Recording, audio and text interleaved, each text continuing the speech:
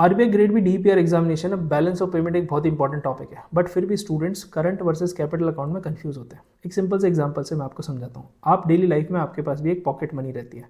As a student जो हम daily spend कर रहे हैं ना, उसे करंट अकाउंट बोलते हैं।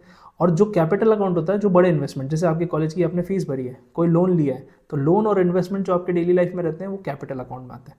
अब इसी को इंडिया के कॉन्टेक्स्ट में समझने की कोशिश करते हैं। सबसे पहले करंट अकाउंट की बात करते हैं। तो करंट अकाउंट में आते हैं एक्सपोर्ट और इम्पोर्ट। अब एक्सपोर्ट और इम्पोर्ट को मर्चेंडाइज ट्रेड भी कहा जाता है। तो एग्जाम में बदल बदल के टर्म्स पूछे जाते हैं ताकि स्टूडेंट कंफ्यूज हो। वहीं बात करूँ इनविजिबल्स की, जिसे हम सर्विसेज कहते हैं या फिर रेमिटांसेस होते हैं, उसे हम इनविजिबल कहते हैं। सर्विस एक्सपोर्ट, जैसे H1B वीज़ा की अभी बात चल रही है, वो जो हमारे जो यूएस में लोग रहते हैं वो इंडिया भेजते हैं, तो उसे रेमिटांसेस कहते हैं। या हम उनको बाहर भेज रहे हैं तो वो सर्विस एक्सपोर्ट हो रही है जो इंडिया में बन रही है। अब वहीं अगर दूसरी बात करें कैपिटल अकाउंट की, तो कैपिटल अकाउंट होता है FDI, FII, external commercial borrowing हो गई। तो ये सारी चीज़ें कैपिटल अकाउंट में। जनरली इंडिया का करंट अकाउंट पर डेफिसिट होता है और कैपिटल अकाउंट पे सरप्लस होता है। तो जो BOP आती है वो सरप्लस से डेफिसिट को फंड करती है, मतलब कैपिटल अकाउंट का सरप्लस फंड करता है करंट अकाउंट के डेफिसिट को।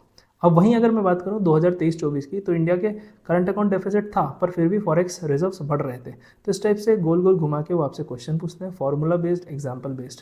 अगर आप थोड़ा करंट अफेयर्स को थ्योरी से लिंक करके थोड़े नंबर्स देखेंगे तो ये एरिया से आप क्वेश्चन में अच्छे मार्क्स फेच कर सकते हैं।